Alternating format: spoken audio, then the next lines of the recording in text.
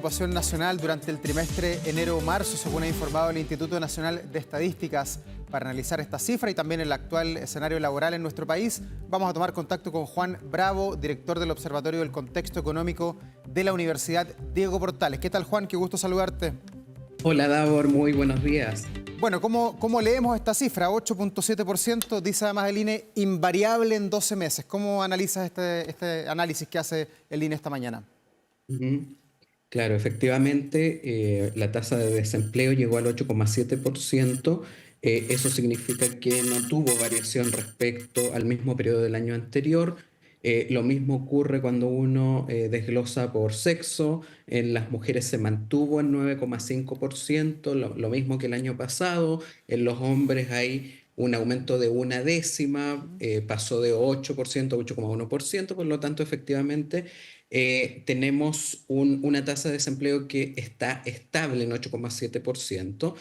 Eso, por supuesto, a mi juicio, no es una buena noticia, considerando que en los meses anteriores estábamos teniendo una reducción, aunque fuera moderada, era una reducción al fin y al cabo.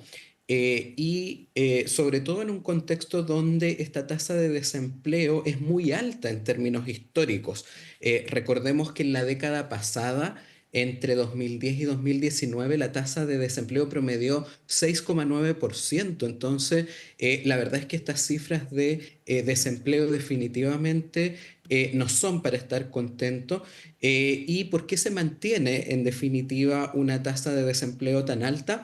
Porque los ritmos de creación de empleo están demasiado lánguidos. Aquí ha perdido mucha fuerza el dinamismo de la creación de empleos. Apenas se crean 80.000 empleos en el último año. Si uno, por ejemplo, se compara hace 6 meses atrás, estábamos creando empleos a un ritmo de 220.000 anual. Entonces, claramente, en el último tiempo se ha ido reduciendo el ritmo al que creamos empleo. Es cierto que el empleo que se está creando afortunadamente es empleo formal, y eso sí es una buena noticia. Aquí lo que está ocurriendo es que se está destruyendo empleo informal. En el último año Juan. se destruyen 195.000 informales y se crean 275.000 formales, pero ese ritmo de creación de empleo formal no es suficiente, ¿cierto?, para lograr reducir las tasas de desempleo. Claro, ha costado mucho torcer las cifras. Estaba mirando la serie completa que entrega el INE y estamos hace ya varios meses y varios informes pegados sobre el 8%. A Chile le ha costado torcer la cifra, claramente tú lo decías. ¿Eso es por factores internos, por cómo se mueve Chile, por la economía local, o tiene que ver mucho con lo que está pasando en el mundo, con el contexto en que estamos, con Donald Trump sobre todo ahora, con la guerra económica y con las guerras que siguen siendo tan determinantes para las economías de los países? Ujú. Estos resultados, al menos hasta ahora, reflejan más bien el efecto del escenario interno.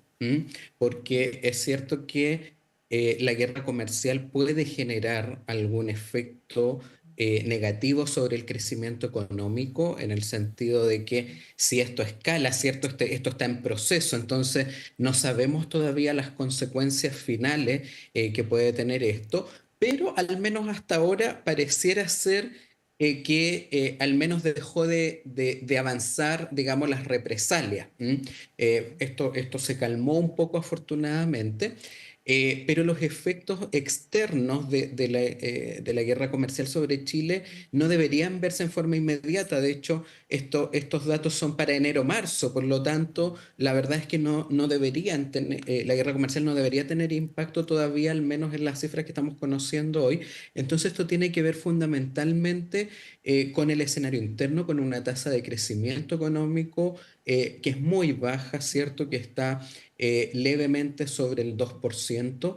Y mientras sigamos creciendo a tasas cercanas al 2%, la verdad es que es muy difícil que se logre levantar el ritmo a lo que estamos creando empleos asalariados formales en el sector privado. Entonces, si eso no ocurre, si no aumenta la capacidad de crecimiento de mediano plazo, vamos a seguir creando pocos empleos, ¿cierto? Y entonces va a ser muy difícil que podamos reducir decididamente la tasa de desempleo, y vamos a seguir con tasas de desempleo muy altas en términos histórico. Sí, son un poco halagüeñas las palabras que tú nos entregas a esta hora, Juan. Estaba viendo en el boletín que entrega el INE la expansión del empleo, dónde estuvo la expansión del empleo, dónde se crearon empleo, actividades financieras y también alojamiento y comidas, me imagino muy asociado al turismo, a lo que fue el verano en el país. ¿Esos son empleos que se mantienen, son de temporada, ya no van a estar en la próxima serie? ¿Cómo se lee o se interpreta aquello? Ujú. Claro, bueno, en el verano, ¿cierto? Sabemos que hay un efecto positivo justamente porque hay actividades de temporada alta, el comercio, restaurantes, turismo, ¿cierto? La agricultura, todos esos son rubros que tienen una alta estacionalidad y donde entonces eso permite que en el verano, por ejemplo, las tasas de desempleo sean un poquito más bajas, justamente porque se crean muchos empleos transitorios. De hecho, si tomamos la tasa de desempleo de hoy y la comparamos con la del mes pasado, aumentó en 3 décimas. Te fijas, por eso es tan importante la comparación respecto al mismo periodo del año anterior, porque justamente nos permite aislar esos efectos estacionales y en definitiva tener una comparación que es más genuina. Entonces, esas cifras que tú señalabas son comparaciones respecto al mismo periodo del año anterior, por lo tanto, eliminan ese efecto estacional y por lo tanto esas ramas efectivamente están logrando crear empleo más allá de lo que es el fenómeno estacional, ¿cierto? Pero vemos algunas ramas que lamentablemente se está destruyendo empleo. Y una de ellas es el comercio, que justamente es la rama que crea más empleos en Chile, es la que, o sea, la que tiene mayor peso en el empleo. Entonces, si miramos, por ejemplo, el comercio, caen en 46.000 empleos en esa rama, los empleos en el último año. ¿Te fijas? Entonces, es cierto que hay ramas que afortunadamente están logrando mostrar un repunte respecto al año anterior, pero eso parcialmente es contrarrestado por una destrucción de empleo en ramas relevantes como el comercio. Juan, y buscando la buena noticia dentro del boletín, quizás uno de los índices favorables en lo que entrega el INE esta mañana es la tasa de ocupación informal, que se reduce, no se reduce mucho, porque cae de 26,1 a 25,8, pero podría ser el inicio de una tendencia de ojalá vulnerar más esa cifra que baje del 20%. Ujú. Efectivamente, yo diría que esa es probablemente la mejor noticia que trae hoy día el boletín. Tenemos una reducción que es importante, la verdad. Ujú, Parece poco, ujú. pero la verdad es que reducir la tasa de ocupación informal es difícil. Y hoy día lo que nos están diciendo las cifras es que llegamos a un 25,8% a nivel agregado. Si la comparamos con el mismo periodo del año anterior estaba en 28,1%, por lo tanto es una reducción de 2,3 puntos porcentuales, que es una reducción bastante importante para solo un año. Y en términos históricos estamos llegando a mínimos históricos. Si descontamos la pandemia, donde sabemos que hubo una reducción abrupta de la tasa de ocupación informal, pero porque se destruyó más empleo informal que empleo formal, Ujú.